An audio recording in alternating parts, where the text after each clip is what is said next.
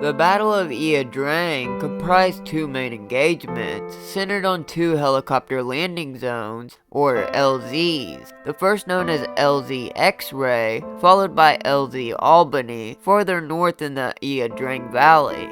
In this video, we'll focus on LZ Xray, which occurred on November 14, 1965, which is 4 months after Lyndon B. Johnson ordered additional divisions to Vietnam. I have today ordered to Vietnam the Air Mobile Division and certain other forces which will raise our fighting strength from 75,000 to 125,000 men.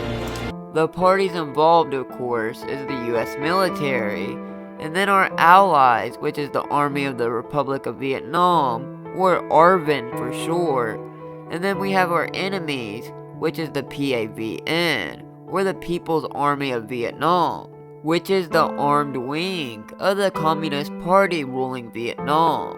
On November 14th, an ARVN intelligence source intercepted a radio communication that indicated that before dawn, some assault elements of the PAVN B3 Field Front started moving out of their assembly areas to attack the Ply Me camp.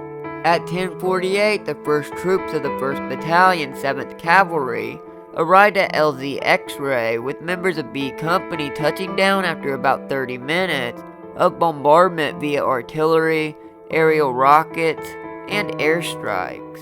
The troops were inserted about 200 meters from the position of the PAVN 9th Battalion, 66th Regiment. The air assault insertion had the effect of causing the B3 Field Front to postpone the attack on the Ply Me camp. The B3 Field Front command fell for the subterfuge and decided to postpone the attack on the Ply Me camp and met the new threat with its 7th and 9th Battalions, while the remaining units of its force were put on hold at their staging positions. Accompanying Captain John Herron's B Company was Lieutenant Colonel Hal Moore and his 1st Battalion Command Group, and instead of attempting to secure the entire landing zone with such a limited force, most of B Company was kept near the center of the LZ as a strike force, while the smaller units were sent out to reconnoiter the surrounding area. And following their arrival, Herron ordered B Company to move west past the creek bed. Within approximately 30 minutes, one of his squads under Sergeant John Mingo surprised and captured an unarmed deserter from the PAVN 33rd Regiment.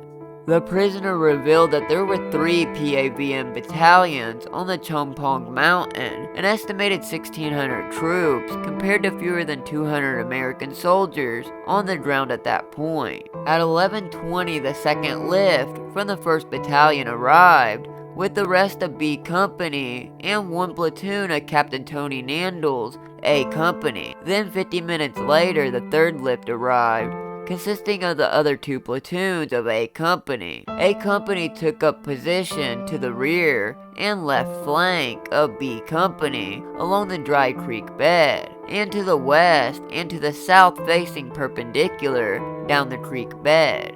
At 12:15, the first shots were fired on the 3 platoons of B Company that were patrolling the jungle northwest of the Dry Creek bed, and 5 minutes later, Herron ordered his 1st platoon, under Lieutenant Al Devney, and the 2nd platoon under Lieutenant Henry Herrick, and the 3rd platoon under Lieutenant Dennis Dill, to follow as a reserve unit.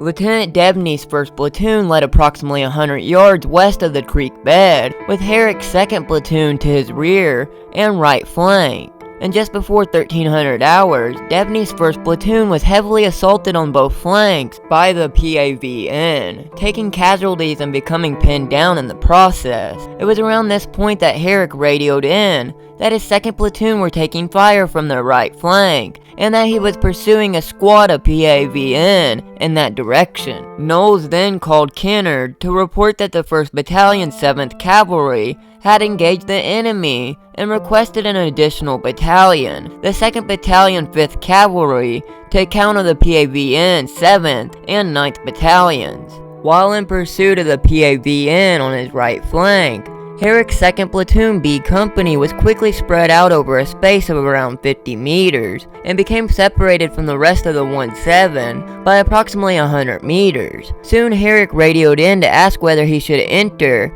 or circumvent a clearing that his platoon had come across in the bush. Herrick expressed concerns that he might become cut off from the battalion if he tried to skirt the clearing, and therefore would be leading his men through it in the pursuit of the enemy. An intense firefight quickly erupted in the clearing, and during the first 3 or 4 minutes, his platoon inflicted heavy losses on the PAVN, who streamed out of the trees. While his men didn't take any casualties, Herrick soon radioed in that the enemy were closing in all around his left and right flanks. Captain Heron responded by ordering Herrick to attempt to link back with Devney's 1st Platoon. Herrick replied that there was a large enemy force between his men and the 1st Platoon. The situation quickly disintegrated for Herrick's 2nd Platoon, which began taking casualties as the PAVN attack persisted. Herrick ordered his men to form a defensive perimeter on a small grassy knoll in the clearing, and within approximately 25 minutes,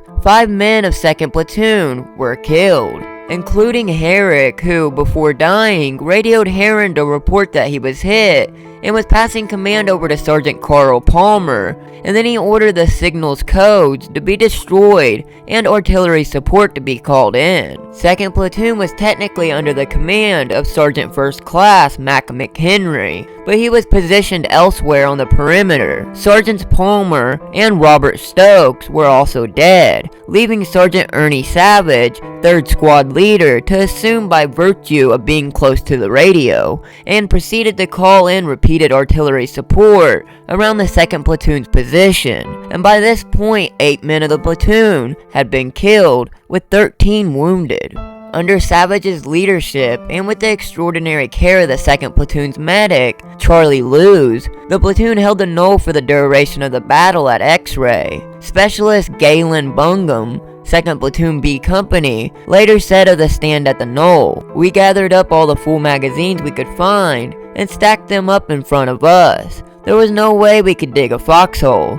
The handle was blown off my entrenching tool, and one of my canteens had a hole blown through it. The fire was so heavy that if you tried to raise up to dig, you were dead." There was death and destruction all around. Savage later recalled of the repeated PAVN assaults. It seemed like they didn't care how many of them were killed. Some of them were stumbling, walking right into us. Some had their guns slung and were charging bare-handed. I didn't run out of ammo, had about 30 magazines in my pack, and no problems with the M16. An hour before dark, 3 men walked up on the perimeter. I killed all 3 of them 15 feet away.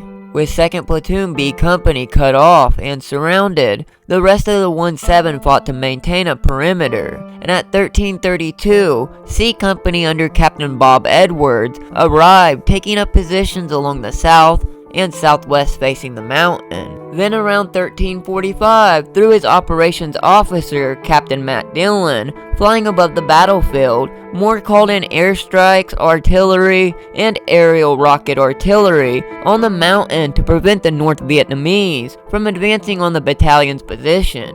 Lieutenant Bob Taft's 3rd Platoon A Company confronted approximately 150 PAVN soldiers advancing down the sides of the creek bed from the south towards the battalion. The platoon's troopers were told to drop their packs and move forward for the assault. The resulting exchange was particularly bad for the platoon. Its lead forces were quickly cut down. 3rd Platoon was forced to pull back, and its leader, Lieutenant Taft, was killed. Sergeant Lorenzo Nathan, a Korean War veteran, took command of 3rd Platoon, which was able to halt the PAVN advance down the creek bed. The PAVN forces shifted their attack to 3rd Platoon's right flank in an attempt to flank B Company. Their advance was quickly stopped by Lieutenant Walter Joe Morham's 2nd Platoon A Company, situated on B Company's left flank. Moore had ordered Captain Nadell's A Company to lend B Company one of his platoons in an effort to allow Heron to attempt to fight through to Herrick's position. From Lieutenant Morham's 2nd Platoon A Company's new position,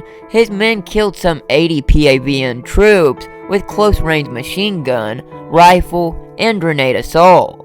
Upset that Taft's body and others had been left on the battlefield, Nadell and Sergeant Jack Gale brought the bodies back under heavy fire. This was only the first day of what would be a 3-day battle.